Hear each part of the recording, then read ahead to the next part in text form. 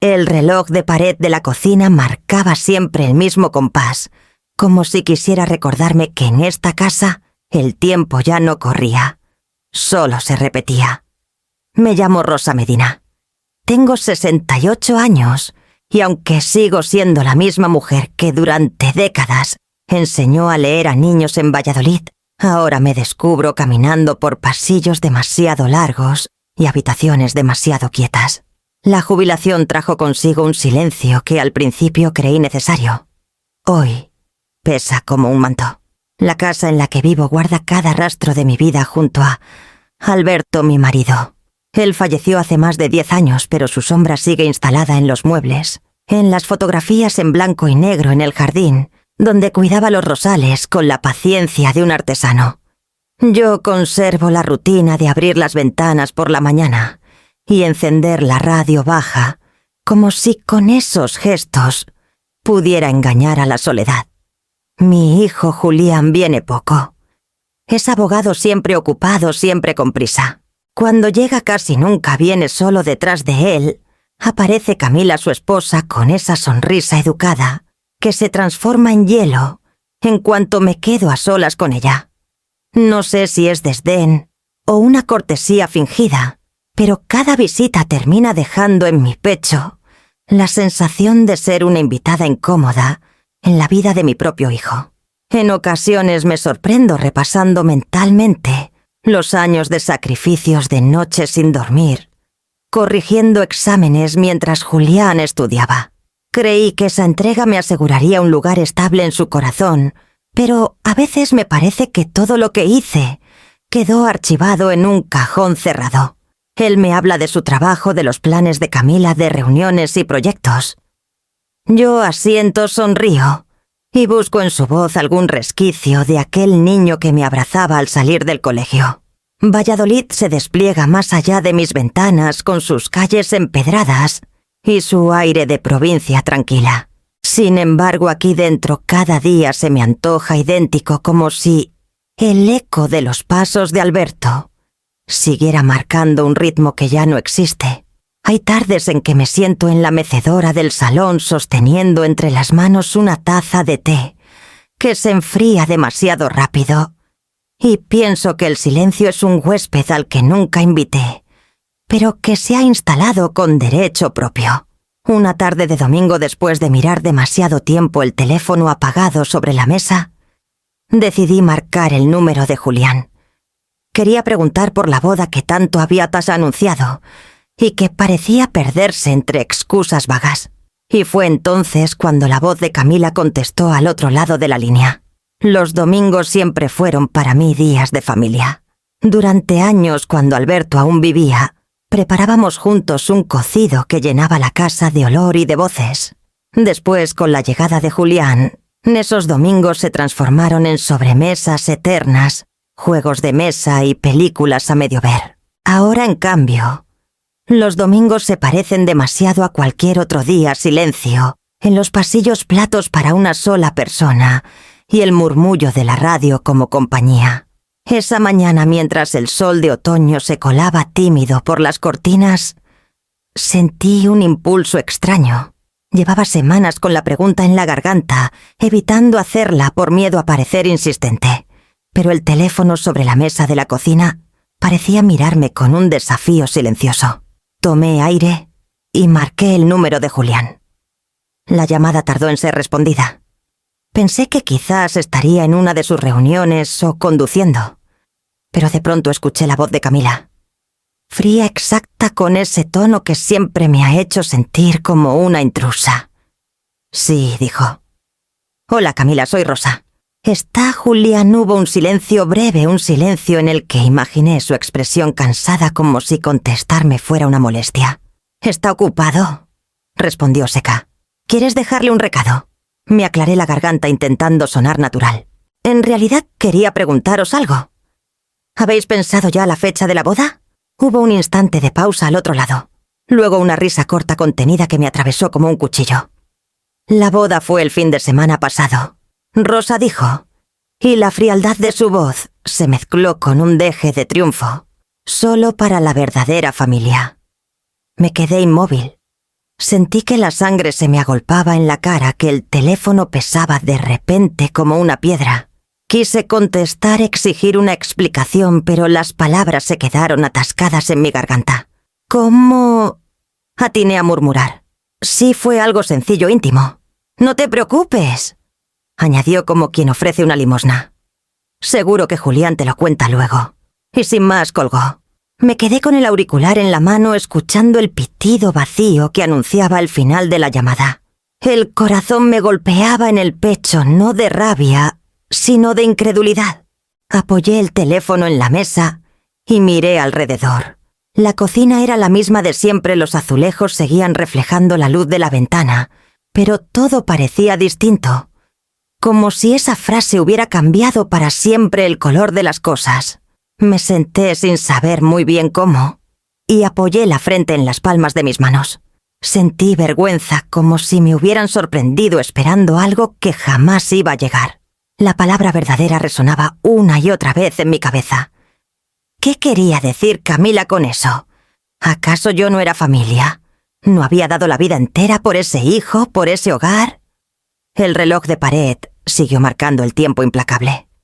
Cada tic-tac era un recordatorio de que mientras yo seguía aferrada a los recuerdos, la vida de Julián había seguido adelante sin mí. Me levanté con torpeza y abrí el armario del salón. Allí colgado en una percha estaba el vestido lavanda que había comprado para la ocasión, pensando en el día en que vería a mi hijo pronunciar el sí quiero. Lo acaricié con los dedos como si quisiera convencerme de que aún tenía sentido. Pero en ese instante comprendí que nunca me habían reservado un lugar en esa ceremonia. Me quedé de pie inmóvil frente al armario, con el vestido rozando mi mano, mientras una certeza amarga se asentaba en mi pecho. Había sido borrada de la historia sin siquiera un aviso. Y fue entonces cuando decidí que debía abrir los ojos de verdad, aunque lo que viera me desgarrara. Esa noche apenas pude dormir. Me revolvía en la cama como si las sábanas fueran de piedra. Cerraba los ojos e inevitablemente volvía a escuchar la voz de Camila repitiendo aquella frase con la que había borrado de un plumazo décadas de mi vida. Fue el fin de semana pasado solo para la verdadera familia. A la mañana siguiente, mientras intentaba distraerme preparando café, me encontré con el móvil sobre la mesa. Dudé un instante antes de encenderlo, temiendo lo que podía aparecer en la pantalla. Pero la curiosidad me venció. Entré en las redes sociales y ahí estaban las fotografías del enlace. En la primera imagen Julián aparecía con un traje gris impecable, la corbata azul, perfectamente anudada. A su lado Camila vestía de blanco con un velo corto y un ramo de peonías. Ambos sonreían como si nada les faltara. Alrededor un grupo reducido de invitados rostros que apenas reconocía, compañeros de trabajo de él, amigas de ella. Y en un lugar destacado de pie junto al juez, la madre de Camila con una pluma en la mano. Firmaba el acta como testigo principal. Sentí un vacío en el estómago, una especie de vértigo. Esa firma debía haber sido la mía. Durante años había soñado con acompañar a mi hijo en ese momento, con ver sus manos unidas a las de la mujer que eligiera con estampar mi nombre al lado del suyo. Pero en ese papel ya estaba otra, una extraña para mí, ocupando el espacio que me correspondía. Cerré el móvil con brusquedad y me acerqué al armario del salón. Allí seguía el vestido lavanda protegido por una funda transparente.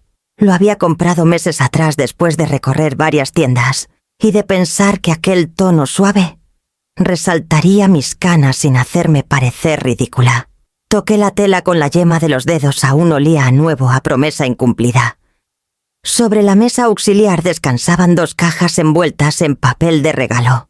Una contenía un reloj antiguo que había pertenecido a Alberto, restaurado cuidadosamente para entregárselo a Julián como símbolo de continuidad. La otra guardaba un juego de sábanas bordadas que había comprado para Camila, convencida de que sería un buen detalle para su nuevo hogar. Ninguno de esos obsequios había salido de la casa. Se quedaron esperando como yo. Me senté frente al vestido y las cajas, incapaz de apartar la vista. No era solo el dolor de no haber estado presente. Era la sensación de haber sido sustituida. En las fotos, Camila sonreía abrazadas a su madre, como si esa mujer fuera la verdadera garante de su futuro, como si mi propia existencia hubiese sido borrada del relato. Tragué saliva y respiré hondo, pero el nudo en la garganta no cedió. Las lágrimas llegaron solas, silenciosas, cayendo sobre mis manos. No eran de rabia todavía, sino de una tristeza tan profunda que parecía no tener fondo. Esa mañana comprendí que no se trataba únicamente de un desprecio ocasional, sino de un plan para apartarme. Mi lugar había sido ocupado con una naturalidad escalofriante. Y al verlo tan claro al mirarme, rodeada de pruebas de mi exclusión, empecé a intuir que lo que había ocurrido era apenas el principio de algo mucho más oscuro. 3 días después de ver aquellas fotos en las redes recibí un mensaje breve de «Julián, mamá, cenamos el viernes, solo los 3. 20. Te esperamos». Nada más. Sin disculpas, sin explicaciones, sin rastro de la complicidad que alguna vez compartimos. Dudé en ir, pero algo dentro de mí necesitaba mirar a mi hijo a los ojos y comprobar si todavía quedaba un hilo de unión entre nosotros. El viernes, cuando crucé la puerta de su piso nuevo, el aire ya me resultó extraño. El olor a pintura reciente se mezclaba con un perfume dulzón, seguramente de las velas que encendía Camila. El recibidor estaba impecable, demasiado impecable, como sacado de una revista. En las paredes no había una sola foto de Julián de niño ni de nuestra familia, ni siquiera de Alberto. Todo era neutro, elegante y ajeno. Camila me recibió con una sonrisa medida de esas que no calientan. Me quitó el abrigo antes de que yo lo colgara y lo guardó en un armario. Julián apareció enseguida, me dio un beso rápido en la mejilla y, sin decir nada más, volvió a la mesa. Lo vi cansado, o tal vez resignado. La mesa estaba preparada con copas de cristal fino, platos blancos y servilletas dobladas con precisión. No reconocí ni un objeto familiar, ni el viejo mantel que tantas veces usábamos en celebraciones, ni las vajillas heredadas de mi madre. Todo hablaba de Camila, de su dominio sobre ese espacio. «Espero que te guste el risotto», dijo ella al servirme. «Es la especialidad de la casa». «De la casa», pensé. La palabra sonó como un cierre de puerta. Me limité a asentir mientras el olor a queso fuerte llenaba la habitación. Julián apenas levantaba la vista del plato como si se hubiera entrenado para no desafiar la coreografía que su esposa imponía. La conversación transcurrió ligera, dirigida por Camila. Hablaba de sus planes para redecorar el salón de su nuevo contrato en una empresa de marketing, de los viajes que soñaba hacer. Cada vez que yo intentaba introducir un recuerdo de Julián, de su infancia o de nuestra vida en la vieja casa de Valladolid, ella cambiaba de tema con destreza. Era como si las palabras que evocaban mi pasado no tuvieran cabida en esa mesa. «¿Y tú, Rosa?», preguntó al fin con un tono que parecía más obligación que interés. «¿Sigues dando clases particulares?». De vez en cuando respondí. «Solo para mantenerme ocupada». «Eso está bien», dijo enseguida sin esperar detalles, como quien marca una casilla en una lista. Bebí un sorbo de vino para callar la incomodidad. Observé alrededor cuadros modernos, muebles minimalistas, ningún rastro de las estanterías que Julián y yo habíamos montado juntos en su primer apartamento. Todo rastro de mí había sido borrado. Durante el postre, un tiramisú servido en copas pequeñas, me armé de valor y miré a Julián. «Estabas guapo en las fotos», dije suavemente, aunque me hubiera gustado estar allí. El tenedor de él se detuvo en el aire. Camila soltó una risa breve, seca. «Fue algo íntimo, Rosa. Ya lo sabes, nada de dramas. Solo la verdadera familia». El eco de aquella frase me heló la sangre. Julián no dijo nada, ni siquiera alzó la vista para defenderme. Su silencio fue más doloroso que la burla de ella. Sentí que mi hijo se me escurría entre los dedos, como agua que no se puede retener. Terminé el postre en silencio, doblé con cuidado la servilleta y la dejé sobre el plato. Me levanté con calma. «Gracias por la cena», dije intentando que mi voz no temblara. Camila sonrió satisfecha como quien da por concluida una función. Julián apenas murmuró un «Gracias por venir». Cuando crucé de nuevo el umbral hacia la noche fría de Valladolid, comprendí que ese piso no era un hogar para mí, ni un lugar donde mi memoria tuviera sitio. Y al sentir esa certeza, la soledad que me esperaba en mi propia casa se convirtió por primera vez en un refugio. Cerré los ojos en el taxi y me prometí que no volvería a sentarme en una mesa donde mi voz fuera tratada como un ruido incómodo. El lunes por la mañana me desperté con la luz clara entrando por la ventana del dormitorio. El silencio de mi casa tan lleno de recuerdos se había convertido en costumbre. Encendí la radio, preparé café y traté de convencerme de que el viernes había sido solo una cena incómoda, nada más. Pero el presentimiento de haber perdido a Julián me acompañaba como una sombra. Mientras regaba las plantas del balcón escuché el sonido breve del teléfono. Era un mensaje. Al abrirlo la sangre se me heló. Venía de Camila Rosa. «Confirmaste la transferencia. La hipoteca está atrasada. El banco ha mandado aviso». Leí 2 veces la frase incrédula. Hipoteca. ¿Qué hipoteca? Mi casa estaba pagada desde hacía más de 15 años. Recuerdo perfectamente el día en que quemamos el último recibo en el jardín Julián, aplaudiendo de pequeño mientras Alberto descorchaba una botella de vino barato para celebrarlo. Desde entonces, ni una cuota, ni un aviso. Nada. Me senté en la mesa de la cocina con el móvil en la mano. No respondí de inmediato. La desconfianza me cerraba el estómago. ¿Por qué Camila me pedía dinero para una deuda inexistente? ¿Qué había detrás de ese mensaje? Respiré hondo, me levanté y fui al salón.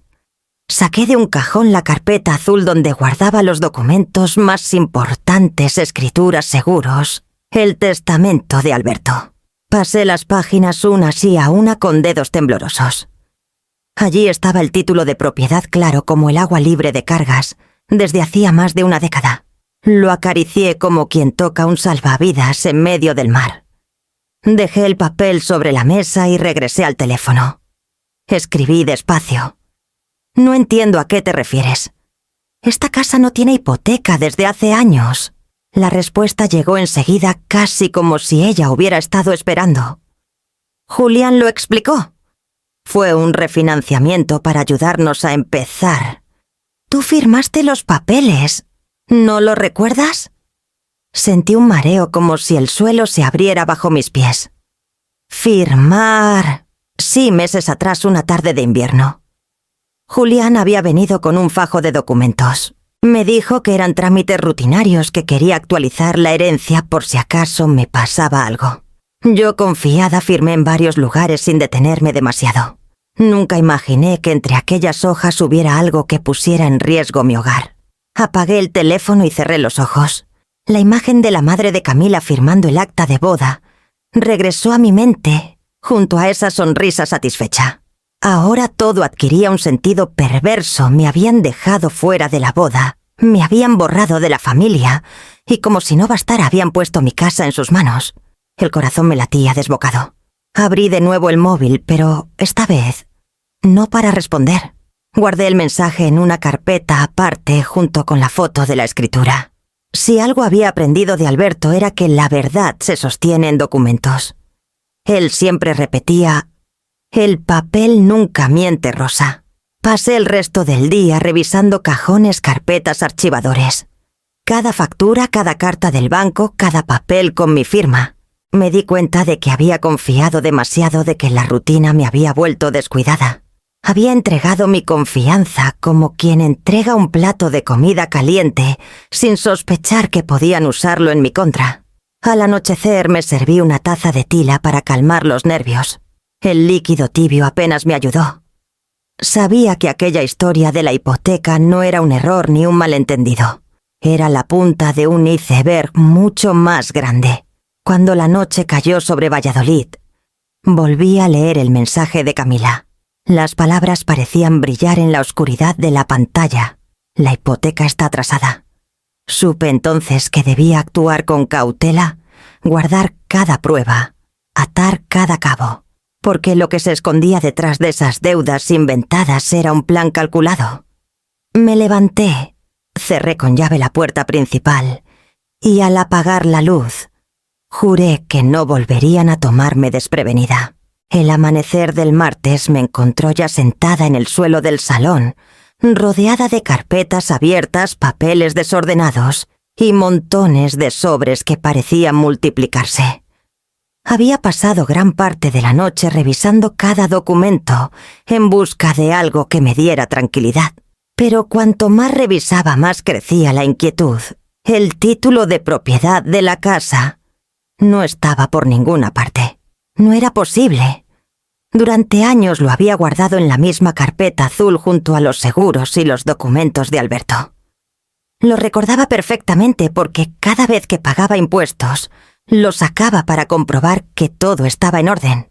Ahora, sin embargo, el espacio donde debía estar estaba vacío, como si nunca hubiera existido.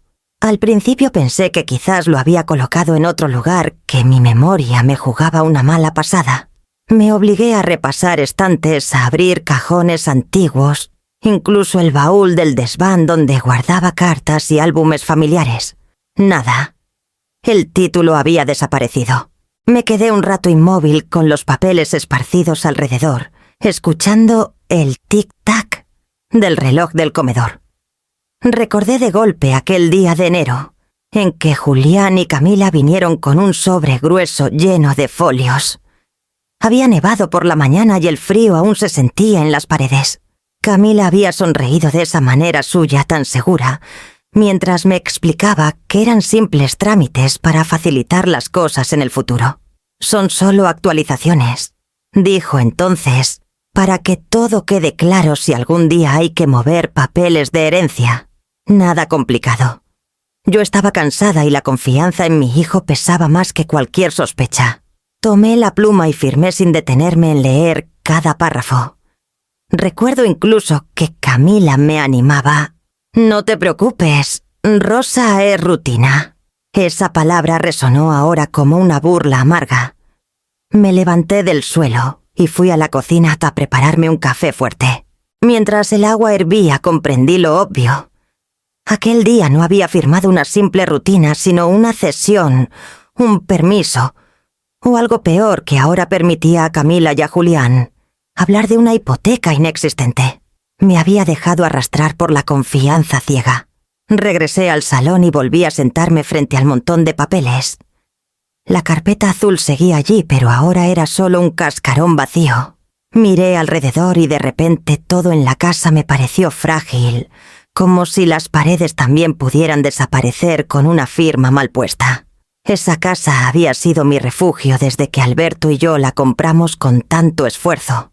En cada esquina había una huella nuestra, la grieta del pasillo que él intentó arreglar con yeso, la repisa que yo misma barnicé cuando nos faltaba dinero para contratar a alguien. Y ahora todo eso estaba en peligro.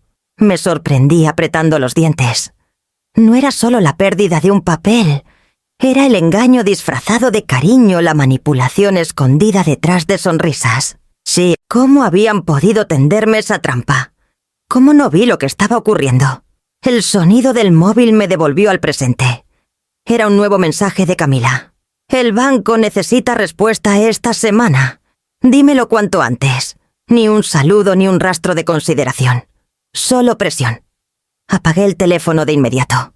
No pensaba darles la satisfacción de una respuesta apresurada. Pasé el resto de la mañana repasando mentalmente cada detalle de aquella tarde de invierno. El lugar en la mesa donde firmé el café con leche que Camila me había servido. La forma en que Julián evitaba mirarme directamente a los ojos. Todo cobraba un nuevo sentido. No era descuido, era premeditación. Me levanté, respiré hondo y recogí los papeles del suelo. Sabía que necesitaría ayuda, alguien que pudiera aclarar qué había pasado con mi propiedad. Pero antes, debía asumir una verdad dura. Mi confianza había sido utilizada como la herramienta más eficaz en mi contra. Había firmado con la convicción de proteger a los míos y, en cambio, había abierto la puerta para que me arrebataran lo único verdaderamente mío. Esa tarde me senté frente a la ventana. Afuera los niños jugaban en la calle ajenos a mi tormenta. Dentro yo repasaba una y otra vez la misma idea que el amor sin límites puede volverse ceguera, y que esa ceguera puede convertirse en la trampa más cruel. Con el último sorbo de café frío decidí que al día siguiente iría al registro de la propiedad. Necesitaba comprobar con mis propios ojos lo que había ocurrido, porque solo enfrentando esos papeles ausentes descubriría hasta dónde llegaba la traición. Al día siguiente me levanté temprano, antes incluso de que el sol terminara de asomarse por los tejados. Apenas probé el desayuno, el café se me quedó frío y la tostada intacta. Sabía que no podía seguir esperando, que no bastaba con repasar carpetas en mi salón. Si de verdad quería respuestas, debía buscarlas donde los papeles hablaban sin adornos, en la oficina de registros. Tomé un autobús hacia el centro de Valladolid. El trayecto que tantas veces me había parecido rutinario aquella mañana se convirtió en una procesión silenciosa. Miraba por la ventana las calles conocidas y sentía que me alejaba de la rosa confiada que había firmado sin leer. Cada parada era un recordatorio de que algo de mi vida había cambiado, sin que yo lo notara. El edificio del registro era sobrio, de piedra gris, con escaleras frías y pasillos que olían a papel viejo y tinta reciente. Tras el mostrador, una mujer de mediana edad con gafas cuadradas me saludó con cortesía profesional. «Buenos días. ¿En qué puedo ayudarla? Quiero comprobar la titularidad de mi vivienda», respondí, intentando que la voz no me temblara. «Calle San Torcuato, número 17». La funcionaria tecleó en su ordenador, revisó unos segundos la pantalla y frunció levemente el ceño. «Un momento, por favor». Se levantó y desapareció entre los archivadores metálicos. Yo me quedé de pie con las manos entrelazadas, sintiendo cómo el corazón me golpeaba en el pecho. Cuando regresó, traía una carpeta en la mano. «Aquí tiene la información actualizada», dijo mientras me la tendía. «Según consta en el registro, la propiedad figura a nombre de 3 titulares. Usted, su hijo Julián Medina y su esposa Camila Ortiz». El suelo pareció ceder bajo mis pies. «Eso no es posible», murmuré. «Esa casa es mía y de mi difunto marido. Está pagada desde hace más de 15 años». La funcionaria, acostumbrada quizá ya a escenas similares, no mostró sorpresa. Señaló un apartado del documento. «Aquí consta una escritura de ampliación de titularidad firmada hace 6 meses. También aparece una hipoteca reciente avalando un préstamo por una cantidad considerable». Sentí un nudo en la garganta mientras pasaba las páginas. Y entonces lo vi: mi nombre, mi firma sellada y notariada, junto a las de Julián y Camila. Mi propia letra parecía gritarme desde el papel, acusándome de haber entregado lo único que aún era mío. Yo nunca autoricé esto», dije en un hilo de voz. «Nunca». La funcionaria ladeó la cabeza con un gesto comprensivo. «Si considera que hubo irregularidades, debería que hablar con un abogado. Desde aquí solo podemos mostrarle lo que está inscrito». Me despedí con un gracias mecánico y salí del edificio con la carpeta apretada contra el pecho. Afuera la luz del mediodía me cegó por un instante. Caminé sin rumbo unas calles hasta encontrar un banco en una plaza tranquila. Me senté y abrí de nuevo los documentos.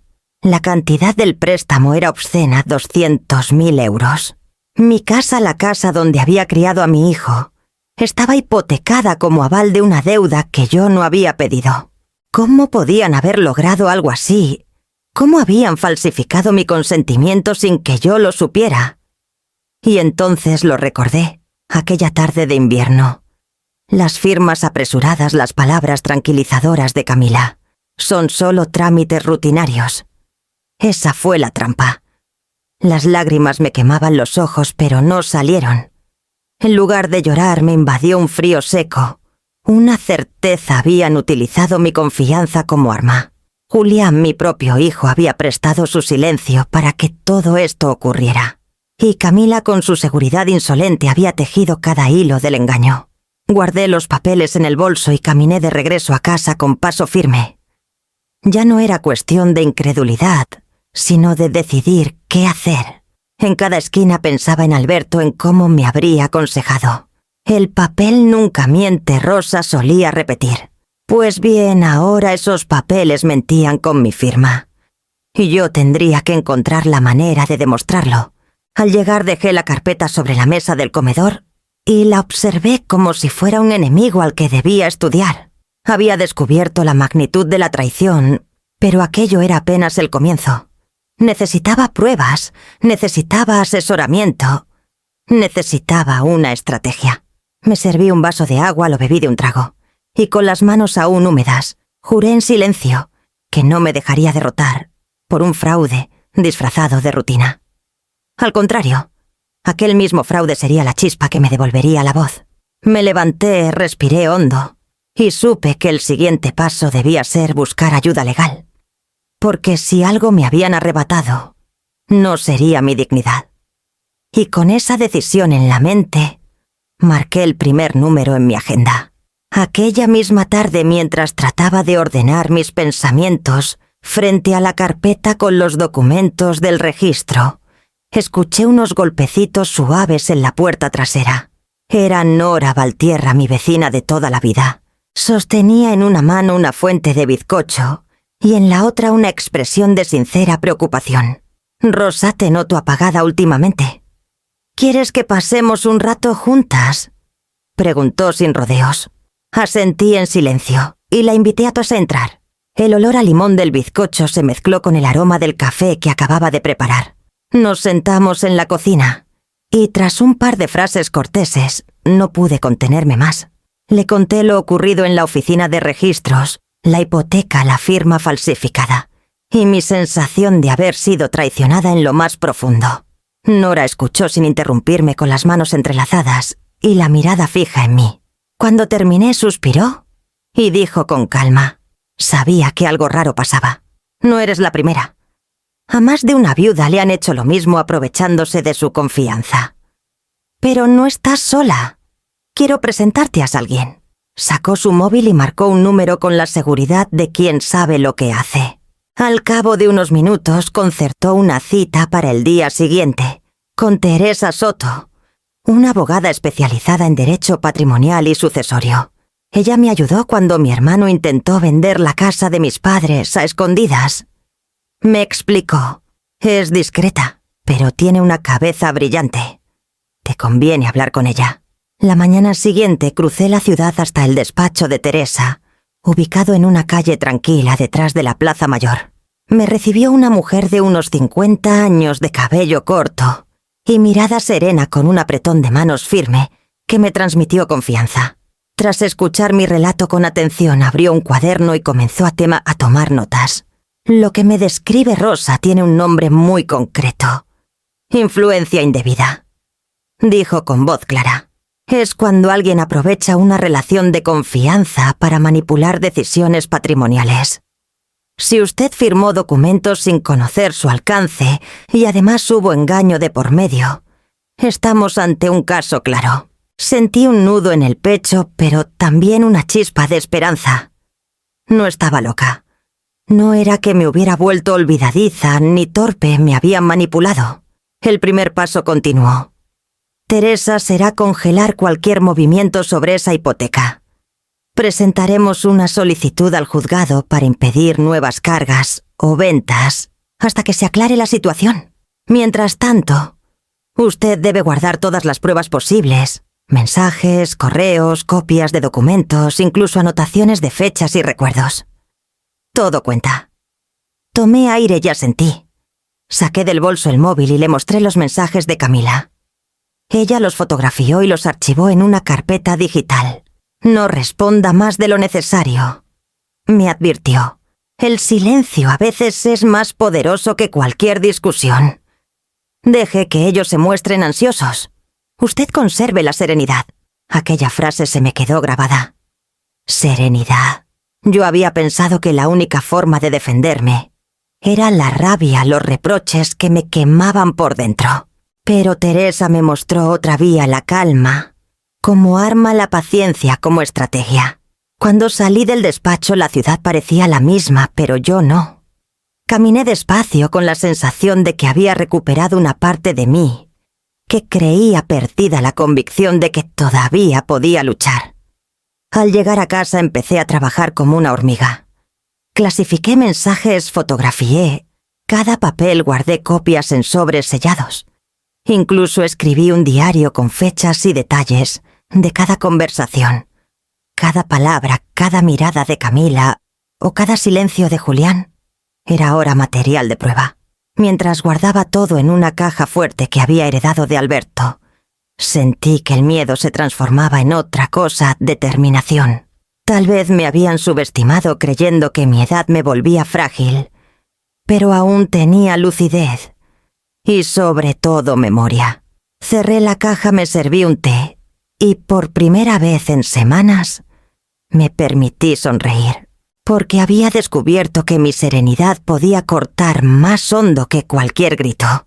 Y esa certeza me acompañó hasta la noche cuando un nuevo mensaje en el móvil me recordó que la batalla apenas empezaba. Después de la reunión con Teresa, regresé a casa con una nueva determinación latiéndome en las venas. Ya no podía seguir siendo la mujer confiada que firmaba papeles sin mirar. Ahora debía convertirme en guardiana de mi propio refugio. Y lo primero era cerrar las puertas que, sin darme cuenta, había dejado abiertas. Llamé a un cerrajero de confianza que conocía desde hacía años. Había arreglado la cerradura principal cuando Alberto vivía y me inspiraba cierta tranquilidad. Llegó esa misma tarde con su maletín de herramientas y una sonrisa amable. ¿Quiere un cambio completo o solo reforzar la cerradura?, preguntó. Un cambio completo, respondí sin dudar. Quiero que nadie, absolutamente nadie, pueda entrar aquí con llaves antiguas. Mientras él trabajaba, yo observaba cómo las piezas metálicas caían sobre el felpudo como restos de un pasado que ya no debía protegerme. Al final me entregó 2 llaves nuevas brillantes que sostuve en la palma con un alivio inesperado. Sentí que aquel gesto tan simple devolvía a mis manos una parte del control que me habían arrebatado. El siguiente paso fue acudir al banco. Abrí una cuenta nueva independiente de la que compartía con Julián para gastos ocasionales. Cerré transferencias automáticas y cancelé permisos vinculados. Al firmar los papeles recordé con cierta ironía la trampa de meses atrás. Esta vez leí cada cláusula con paciencia, como quien examina un contrato de vida o muerte. Prefiero que todo quede separado, le dije a la empleada del banco. Desde ahora nadie más tendrá acceso a mis movimientos. Ella asintió sin hacer preguntas, y cuando me extendió la tarjeta nueva, sentí un leve temblor en los dedos. No era miedo, era una mezcla de liberación y de rabia contenida. Al llegar a casa empecé a pensar en la seguridad física. Si habían sido capaces de usar mi firma contra mí, también podían intentar algo peor. Recordé a Teresa: guarde pruebas, pero sobre todo protéjase. Así que decidí instalar cámaras en las entradas y un pequeño sistema de alarma. El técnico vino 2 días después. Mientras colocaba los dispositivos, me explicó cómo funcionaban, cómo podía vigilar desde el móvil y guardar grabaciones. Yo lo escuchaba con atención, anotando cada detalle. Cuando finalmente encendió el sistema y vi en la pantalla mi propio pasillo, captado por una lente fría, un escalofrío me recorrió la espalda. Ya no estaba indefensa. Los primeros días me sorprendía mirando compulsivamente las grabaciones, como si temiera encontrar a Julián o a Camila forzando la puerta. Pero con el tiempo comprendí que lo importante no era vigilar, sino saber que tenía un escudo, que ya no podían moverse con la libertad de antes, que las llaves que quizá aún guardaban no abrirían nada. La rutina comenzó a transformarse. Volví a levantarme con un propósito: revisar mis cuentas, ordenar mis documentos, anotar cada conversación en mi diario. Había dejado de ser espectadora de mi propia desgracia para convertirme en protagonista de mi defensa. Una tarde, mientras tomaba té en el jardín, escuché pasos en la acera. Al asomarme discretamente, vi a Julián parado frente a la casa con las manos en los bolsillos. Miró la puerta un instante como indeciso y luego siguió caminando. No llamó, no tocó el timbre. Me quedé observando desde la ventana con una mezcla de dolor y alivio. El hijo que una vez tenía todas las llaves de mi vida ahora estaba fuera sin acceso. Guardé esa imagen en mi memoria como prueba silenciosa de que algo había cambiado. Yo no había ganado la batalla todavía, pero al menos había marcado un límite. Aquella noche, al cerrar la puerta con mis nuevas llaves y escuchar el clic seco de la cerradura, sentí un orgullo extraño. Había recuperado mi espacio, mi casa, mi derecho a decidir quién entraba y quién no. Y mientras revisaba en el móvil las primeras grabaciones de las cámaras, comprendí que mi seguridad ya no dependía de la buena fe de nadie, sino de mis propias decisiones. Apagué las luces, dejé la caja de pruebas bajo llave y me acosté. El silencio de la casa ya no era amenaza, sino refugio. Y con esa calma renovada, cerré los ojos sabiendo que el siguiente movimiento lo harían ellos, y que esta vez yo estaría preparada para responder. Los días siguientes transcurrieron con una calma tensa como la que precede a una tormenta. Mis nuevas cerraduras y las cámaras de seguridad me daban cierta tranquilidad, pero también eran recordatorios constantes de que alguien allá afuera buscaba mi vulnerabilidad. Me levantaba cada mañana con la rutina de revisar las grabaciones, anotar movimientos extraños y archivar mensajes que Camila enviaba con la misma insistencia. El banco no esperará mucho más, Rosa. No contestaba. Cada silencio era mi escudo. Fue un martes por la tarde cuando sonó el timbre. Al mirar por la pantalla de la cámara vi a un hombre de unos 50 años trajeado con un maletín negro en la mano y una expresión estudiadamente amable. Dudé en abrir, pero él habló en voz alta. «Buenas tardes, la señora Rosa Medina. Soy el doctor Ramírez. Vengo a realizarle una evaluación cognitiva». Mi estómago se encogió. Nunca había solicitado tal cosa. Abrí la puerta con la cadena puesta. «¿Quién lo envía?», pregunté con firmeza. El hombre sonrió con paciencia fingida. «Su familia. Su hijo está preocupado por usted. Es un procedimiento rutinario nada más. Una entrevista, unas pruebas sencillas. No tardaremos». La palabra rutina me taladró la memoria. Era la misma que había escuchado meses atrás cuando me pusieron papeles delante para firmar. Entendí al instante el propósito. Querían declarar que ya no estaba en mis plenas facultades, arrebatarme el control legal de mi vida. Inspiré hondo, contuve la ira y con la serenidad que Teresa me había aconsejado, sonreí con frialdad. «Un momento, doctor. Pase, siéntese en el comedor». Mientras él acomodaba su maletín y sacaba unos folios, discretamente, encendí la grabadora del móvil y la coloqué sobre el aparador. Comenzó con preguntas triviales: mi nombre, mi edad y la fecha. Luego pasó a otras más complejas, pidiéndome recordar listas de palabras, dibujar figuras en un papel. Yo respondía con calma, clara y segura, pero sin dejar de pensar en el trasfondo de aquella farsa. «Su hijo teme que usted tenga episodios de confusión», dijo en un momento. «¿Suele olvidar dónde guarda cosas importantes?»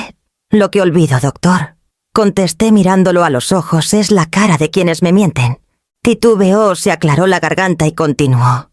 Le dejé terminar varias preguntas, todas grabadas, hasta que decidí que era suficiente. Me levanté despacio, fui hacia la puerta y la abrí de par en par. «Doctor, agradezco su tiempo, pero no necesito que nadie certifique mi mente. Usted no volverá a entrar en esta casa». Él intentó protestar. «Señora, comprenderá que si no coopera su familia puede...» Levanté la mano para detenerlo. «Mi familia soy yo, y yo decido. Si vuelve a presentarse aquí sin orden judicial, llamaré a la policía». El hombre recogió apresuradamente sus papeles murmurando excusas y salió casi huyendo. Cerré la puerta tras de él y me apoyé un instante dejando escapar el aire que había contenido durante toda la visita. Mis manos temblaban no de miedo, sino de indignación. Me dirigí al salón, cogí el móvil y comprobé la grabación. La voz del supuesto doctor quedaba registrada con nitidez, mencionando que había sido enviado por mi hijo. Esa prueba valía más que 1000 discusiones. La guardé en la carpeta que ya había empezado a llenar con cada detalle de esta guerra silenciosa. Esa noche apenas cené. Caminaba por la casa repasando en mi mente lo ocurrido. Me preguntaba hasta dónde estarían dispuestos a llegar Julián y Camila para despojarme de todo. No les bastaba con hipotecar mi casa. Ahora querían robarme la voz, declarar que ya no era capaz de pensar por mí misma. Pero también descubrí algo nuevo en mí, una claridad feroz. Habían subestimado mi capacidad para defenderme. Creían que me quebrarían con un diagnóstico fabricado, y no entendieron que cada intento me hacía más fuerte, más alerta. Antes de acostarme llamé a Teresa y le conté lo sucedido. Le envié la grabación por correo electrónico. «Hiciste muy bien», me dijo con voz firme. «Esto es prueba de que actúan con mala fe. Lo usaremos. Ahora más que nunca, debes mantener la calma». Colgué y me quedé un rato mirando por la ventana. La noche de Valladolid se extendía silenciosa y yo sentí que, pese a todo, aún estaba en pie. Y sabía que la verdadera batalla apenas estaba comenzando, porque pronto llegaría la notificación oficial, que lo confirmaría. La notificación llegó un jueves por la mañana en un sobre oficial, con el membrete del juzgado.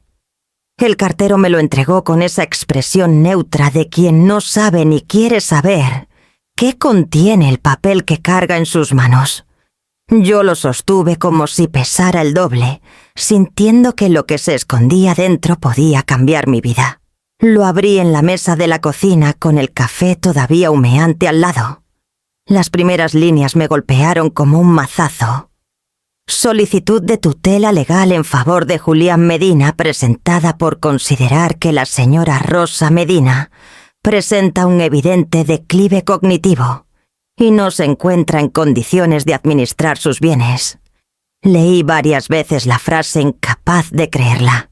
Mi propio hijo había pedido al juez que me declararan incapaz, que me arrebataran el derecho a decidir sobre mi vida, mis cuentas, mi casa. Todo. El aire se me quedó atrapado en el pecho. Y por primera vez en mucho tiempo sentí que las paredes de mi hogar se inclinaban hacia mí como si quisieran aplastarme. Me obligué a respirar hondo y marqué el número de Teresa. «¡Ha llegado!», dije con voz quebrada cuando respondió. «Tranquila, Rosa. Lo esperábamos. Escúchame, no significa que lo consigan, significa que ahora tenemos la oportunidad de defendernos en el terreno correcto. Ven esta tarde al despacho». Guardé el papel en mi bolso y pasé el resto de la mañana caminando de un lado a otro, como un animal enjaulado. Cada objeto de la casa me parecía una pregunta. ¿Cómo podía Julián, el niño al que cuidé tantas noches de fiebre, el joven al que empujé a estudiar Derecho, ahora usar sus conocimientos para despojarme? Por la tarde llegué al despacho de Teresa con el sobre arrugado entre las manos. Ella lo leyó con calma, subrayó un par de frases y me miró con esa serenidad que había aprendido a confiar. «No se preocupe, Rosa. Tenemos pruebas suficientes para demostrar que no hay tal declive. Al contrario, usted ha sido víctima de un intento de manipulación». Abrió una carpeta y comenzó a enumerar. Primero, un informe médico reciente que yo misma me había hecho meses atrás para renovar el carnet de conducir. Certificaba mi plena capacidad cognitiva. Segundo, mis estados de cuenta ordenados mostrando pagos regulares y administración cuidadosa de mis gastos. Tercero, y lo más importante, la grabación del supuesto psicólogo, donde se escuchaba claramente que había sido enviado por mi hijo. «Esto demuestra mala fe», explicó Teresa. «Si alguien intenta fabricar pruebas de incapacidad, se derrumba su argumento». La escuchaba mientras mis manos jugaban con el borde de un pañuelo. Parte de mí quería llorar, pero otra parte comenzaba sentir un fuego nuevo distinto. Era el fuego de la dignidad. ¿Y qué pasará ahora?, pregunté. El juez admitirá la solicitud y fijará una audiencia. Allí presentaremos nuestra defensa. Usted hablará si lo desea y verá que su voz tiene más peso del que imagina. Asentí aunque un temblor me recorría el cuerpo. Me asustaba la idea de pararme frente a un tribunal, pero comprendía que era necesario. No solo por la casa, sino por algo más profundo, mi derecho a seguir siendo yo misma. Los días que siguieron se convirtieron en una preparación meticulosa. Teresa me pidió recopilar facturas, cartas, incluso notas escritas de mi puño y letra. Me hizo leer en voz alta párrafos de periódicos, contestar preguntas al azar, todo como un entrenamiento para el juicio. Yo cumplía con disciplina porque sabía que cada detalle contaba. Mientras tanto, el silencio de Julián era absoluto. Ni una llamada ni un mensaje. Camila, en cambio, enviaba correos breves siempre con el mismo tono insolente. Esto es lo mejor para ti, Rosa. No lo tomes como una ofensa. Cada palabra me hervía la sangre. La noche antes de la audiencia, repasé los documentos una vez más. Sobre la mesa estaban los estados de cuenta, el informe médico y mi diario con anotaciones de cada visita, cada mensaje, cada trampa. Encima de todo, mi móvil con la grabación del psicólogo falso. Me senté en la mecedora del salón acariciando la tela gastada del cojín y pensé en Alberto. El papel nunca miente, solía decir. Ahora entendía que tampoco lo hacía la voz grabada ni la memoria detallada de una mujer dispuesta a no dejarse borrar. Me acosté tarde con el corazón inquieto, pero al cerrar los ojos ya no me sentí víctima. Al día siguiente sería mi turno de hablar, y sabía que esa voz, mi voz, debía ser escuchada. El día de la audiencia pasó como una tormenta contenida. Declaraciones, documentos, la grabación del falso psicólogo reproducida frente al juez. Al salir con el aire frío de la calle golpeándome la cara, sentí una mezcla de alivio y cansancio. No habíamos ganado aún, pero la verdad había empezado a abrirse paso. A la semana siguiente, Teresa me citó en su despacho para darme novedades. Llegué con el estómago encogido imaginando nuevas artimañas, pero lo que escuché superó mis sospechas. Rosa, hemos tirado del hilo de la hipoteca, dijo Teresa desplegando varios folios sobre la mesa. Y lo que aparece detrás es revelador.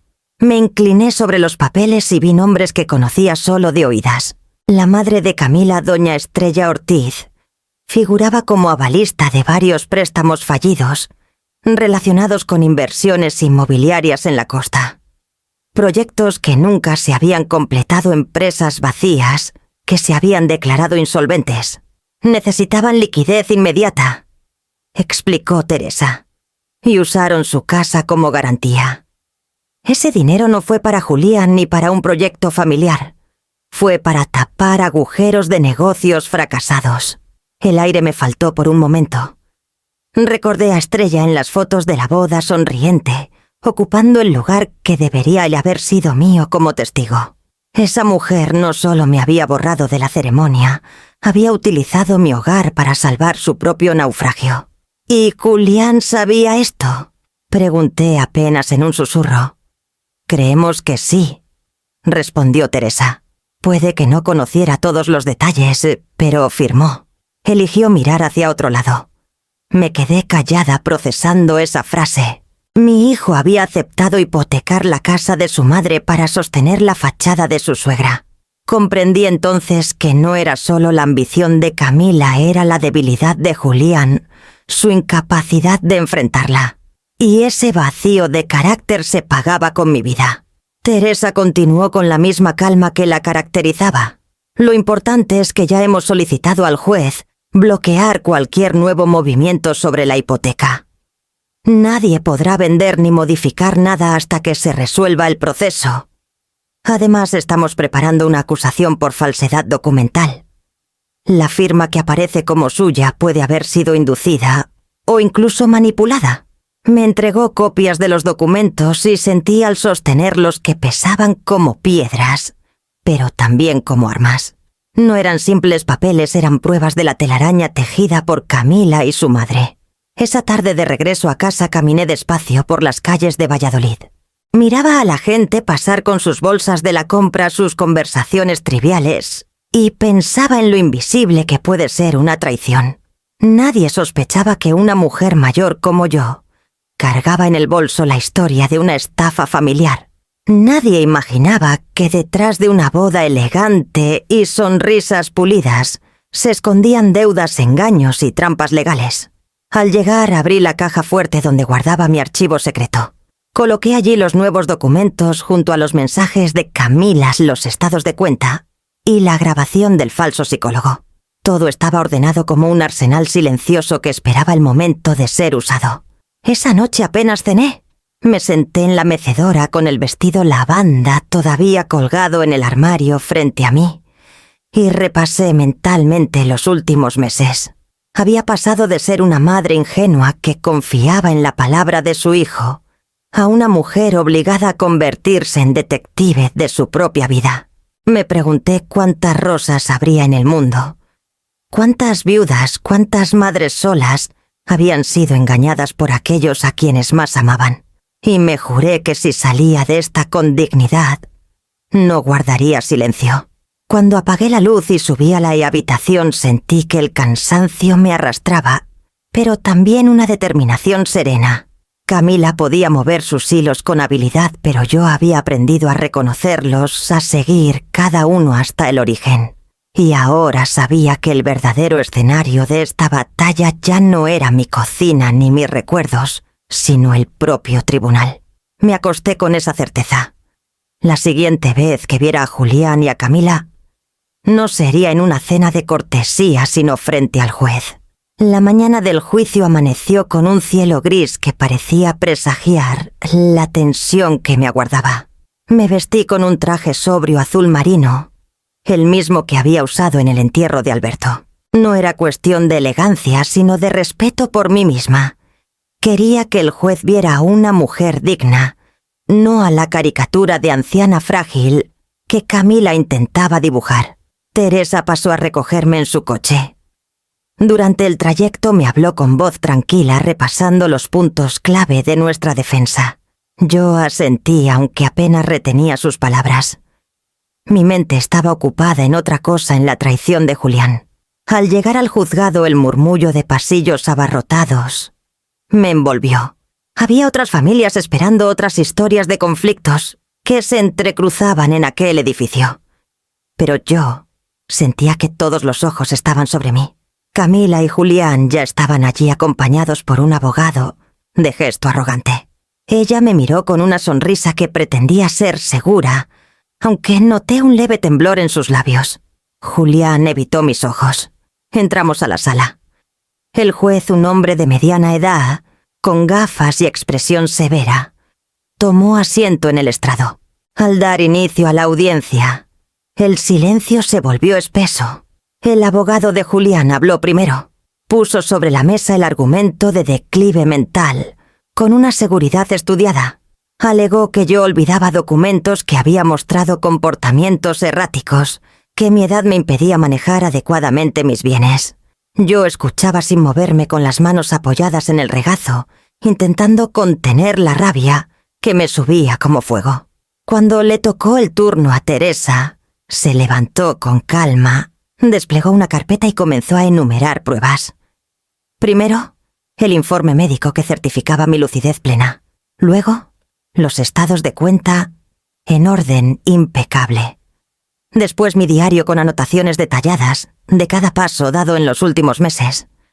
Su voz era firme, clara, y llenaba la sala de un modo que me dio confianza. El punto crucial llegó cuando pidió reproducir la grabación del supuesto psicólogo. El juez asintió, y en el silencio se escuchó mi voz respondiendo con claridad, seguida por la del hombre, admitiendo que había sido enviado por su familia. Cada palabra era como un martillo, golpeando el argumento de la tutela. Vi al abogado de Julián removerse incómodo y a Camila clavar las uñas en la mesa. Entonces Camila pidió intervenir.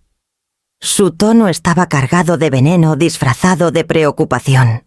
Señoría, todos sabemos que mi suegra es una mujer orgullosa, pero el orgullo no garantiza la lucidez. Ella puede recitar fechas y leer periódicos, sí, pero ¿acaso entiende lo que firma?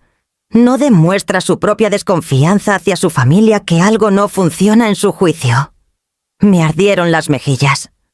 Por un instante quise levantarme y gritarle que la única que había perdido el juicio era ella con sus trampas y su ambición desmedida. Pero Teresa me tocó levemente la mano como recordándome que la serenidad era mi mejor arma. El juez la observó sin inmutarse. «Señora Ortiz», dijo con voz grave, «aquí no se juzga el orgullo sino la capacidad legal. Y hasta ahora las pruebas son claras». La tensión se podía cortar con un cuchillo. Julián se removió en su asiento. Parecía más un niño regañado que un adulto defendiendo una causa. Sus ojos me buscaron por un segundo, pero yo no bajé la mirada. Teresa cerró su intervención con un golpe maestro. Presentó la documentación que vinculaba la hipoteca con las inversiones fallidas de la madre de Camila. Explicó cómo habían usado mi casa como aval para tapar deudas ajenas y cómo todo había sido disfrazado de trámite rutinario. El juez tomó nota manteniendo su rostro impasible. Sin embargo, percibí un leve gesto en la comisura de sus labios, un signo de que algo en la versión de Camila no cuadraba. La audiencia se prolongó hasta el mediodía. Cada palabra pesaba, cada documento era un ladrillo en la muralla que estábamos construyendo. Cuando el juez finalmente levantó la sesión, sentí que el aire volvía a mis pulmones. Salimos al pasillo. Teresa me miró con una sonrisa contenida. «Lo hiciste bien, Rosa. No necesitaste hablar mucho. Tus pruebas hablaron por ti». Me apoyé en la pared agotada pero firme. Afuera el cielo seguía gris, aunque una claridad leve se abría entre las nubes. Supe entonces que el proceso sería largo, que Camila no se rendiría fácilmente. Pero también comprendí que la verdad ya había empezado a abrirse camino. Y mientras bajábamos las escaleras del juzgado, supe que lo más difícil aún estaba por llegar, enfrentar la grieta abierta entre Julián y yo, y escuchar de su propia boca de qué lado estaba realmente. La segunda audiencia llegó más rápido de lo que imaginaba. Esta vez no me sentía tan nerviosa como la primera. Quizá porque ya había visto de lo que éramos capaces, Teresa y yo. Quizá porque la rabia se había transformado en una calma obstinada. Aún así sabía que aquel día sería distinto. Julián tendría que hablar. Entramos a la sala con la misma solemnidad. El juez repitió las fórmulas de rigor y dio paso a los testigos. Nora fue la primera en declarar. La vi caminar con paso firme, sosteniendo en las manos un cuaderno donde había apuntado fechas y detalles. Contó cómo había sido testigo de mis preocupaciones, cómo me había visto revisar documentos y cómo yo le había confiado la historia del supuesto psicólogo. Su voz no tembló ni una vez. «La señora Rosa está en pleno uso de sus facultades», dijo con convicción. «Lo que ocurre es que su nuera y la madre de esta la han presionado con engaños». El abogado de Julián intentó desacreditarla insinuando que una vecina no podía conocer lo que ocurría dentro de mi familia. Pero Nora se mantuvo firme, incluso desafiante. Fue un alivio verla convertirse en aliada en aquel terreno hostil. Luego llegó el turno de Julián. Mi corazón se apretó cuando lo vi levantarse. Llevaba el mismo traje gris de siempre, pero el rostro parecía más envejecido, marcado por ojeras. Se sentó frente al juez, evitando mirarme como si mi sola presencia le quemara. Las preguntas fueron directas. ¿Había convencido a su madre de firmar documentos sin explicar su alcance? ¿Sabía que la hipoteca estaba vinculada a las deudas de su suegra? Participó en la visita del psicólogo. Al principio esquivó con respuestas vagas. Decía que no recordaba con claridad que confiaba en Camila, que solo quería ayudar a organizar papeles. Pero poco a poco la firmeza de Teresa y las pruebas en su contra fueron arrinconándolo. ¿Reconoce usted su firma aquí junto a la de su madre?, preguntó Teresa mostrando el documento del registro. Julián tragó saliva, asintió. ¿Reconoce que la hipoteca fue solicitada para cubrir pérdidas de negocios de la familia Ortiz? El silencio se hizo eterno. Finalmente murmuró: sí. Camila me convenció de que era temporal, que todo se solucionaría pronto. Las palabras quedaron suspendidas en el aire. Camila, sentada y a su lado, se removió furiosa y le clavó una mirada que habría derribado a cualquiera. Pero Julián continuó con voz apagada. Yo no quería perjudicar a mi madre. Solo pensé que era un trámite, que ella lo entendería. Me dejé arrastrar. Sentí una punzada de dolor no solo por la confesión, sino por la forma en que la pronunció, como un niño atrapado en una mentira. No había orgullo ni valentía, solo rendición. El juez tomó nota sin alterar su expresión. Camila, en cambio, no pudo contenerse. Se levantó un instante interrumpiendo el procedimiento, acusando a Julián de cobarde. El abogado la contuvo a duras penas, pero el daño ya estaba hecho. El barniz de unidad en su matrimonio se había agrietado frente a todos. Julián hundió el rostro entre las manos, incapaz de sostener la mirada de nadie. En ese instante comprendí que nuestro vínculo jamás volvería a ser el mismo. Podía reconocer su error, podía incluso colaborar con la justicia, pero la traición ya estaba consumada. Había elegido a su mujer y a su suegra por encima de mí. Y solo cuando todo se derrumbó, fue capaz de admitirlo. Cuando terminó su declaración, volvió a su asiento con los hombros vencidos. Yo lo observé en silencio, con el corazón desgarrado pero sin lágrimas. No quedaba espacio para ellas. El juez anunció un receso antes de pasar a las conclusiones. Salimos de la sala y en el pasillo vi a Julián detenerse como si quisiera acercarse a mí. Dio un paso, luego retrocedió. Finalmente se quedó quieto, atrapado entre dos mundos que ya no podían reconciliarse. Yo seguí caminando con Teresa a mi lado, consciente de que el veredicto se acercaba. Y en mi interior supe que lo que estaba en juego ya no era solo mi casa, sino mi propio derecho a no ser borrada. Un mes después del juicio, empaqué las últimas cajas de mi casa. No lo hice con prisa ni con tristeza absoluta, sino con una serenidad que me sorprendió. Había decidido venderla y mudarme a un piso más pequeño en Salamanca. No quería seguir habitando paredes que, aunque me habían protegido, también guardaban la sombra de la traición. El piso nuevo era luminoso, con un balcón que daba ya a una plaza tranquila, donde los niños jugaban al salir del colegio. El primer día que abrí las ventanas y dejé entrar el aire fresco, sentí que algo en mí se liberaba. No importaba que los muebles fueran más modestos. Cada rincón estaba elegido por mí, sin la sombra de nadie, imponiendo su voluntad. Con parte de lo obtenido por la venta y algunos ahorros, tomé una decisión que me llenó de fuerza.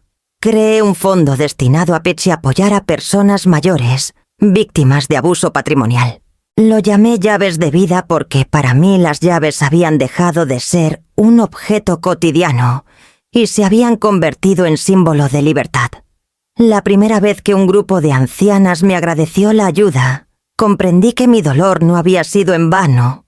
Podía transformarse en protección para otras. En cuanto a Julián, mantuvimos un contacto limitado.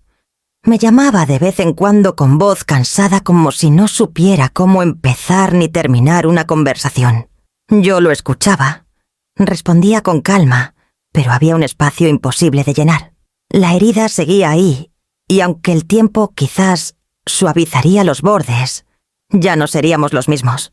De Camila, en cambio, me desligué por completo. No respondí nunca más a sus mensajes, ni a las indirectas que llegaban a través de conocidos. Su nombre se volvió un eco lejano, una presencia que ya no tenía poder sobre mí. Cada mañana al salir de casa y cerrar la puerta con mis nuevas llaves, me repetía que la vida todavía podía ofrecerme capítulos distintos. Y con esa certeza, comprendí que lo que había recuperado no era solo mi casa, ni mis papeles, sino a mí misma. Esa certeza me acompañó el día en que decidí invitar a mis nuevos amigos y vecinos a una comida sencilla, inaugurando así la mesa propia, donde solo entraría quien supiera valorar la paz. El domingo del inicio de la primavera, decidí abrir las puertas de mi piso en Salamanca para algo que hacía mucho no me atreví a compartir la mesa. No era un banquete, solo un guiso sencillo, una ensalada fresca y un vino que había guardado para una ocasión especial. Preparé la mesa con un mantel blanco heredado de mi madre y unas flores que compré en el mercado esa misma mañana. Nora fue la primera en llegar con su risa contagiosa y una bandeja de empanadas caseras. Poco después, apareció Teresa, que traía bajo el brazo un pan aún caliente de la panadería de la esquina. A ella se unieron dos vecinos que en poco tiempo se habían convertido en compañía diaria: Carmen, que vivía en el piso de abajo, y Mateo, un jubilado que cuidaba con esmero los rosales de la plaza. Cuando todos se sentaron, el salón se llenó de una calidez distinta. No eran lazos de sangre los que me rodeaban, sino la elección consciente de quienes me habían tendido la mano en mis días más oscuros. Miraba sus rostros y sentía que cada uno había ocupado un hueco vacío, no para reemplazar lo perdido, sino para recordarme que la vida también sabe ofrecer segundas oportunidades. Durante la comida hablamos de todo, de recetas, de recuerdos de juventud, de libros, de proyectos pequeños que hacían los días más llevaderos. Por primera vez en mucho tiempo, reí con naturalidad, sin la sombra de la desconfianza, acechando en cada palabra. Cuando se marcharon y la casa quedó en silencio, recogí la mesa despacio, puse las flores en un jarrón, guardé los restos del guiso en la nevera y me senté en la mecedora junto al balcón. Afuera el bullicio de la plaza seguía, pero dentro de mí había calma. Pensé en todo lo que había pasado y pronuncié en voz baja una frase que me acompañaría siempre: la paz no se ruega, se administra. Había aprendido a proteger mi espacio, mi dignidad y sobre todo mi derecho a decidir con quién compartir la mesa. Esa noche cerré los ojos con la certeza de que el futuro no se mide por lo que me arrebataron, sino por lo que elegí reconstruir. Y esa elección era por fin solo mía.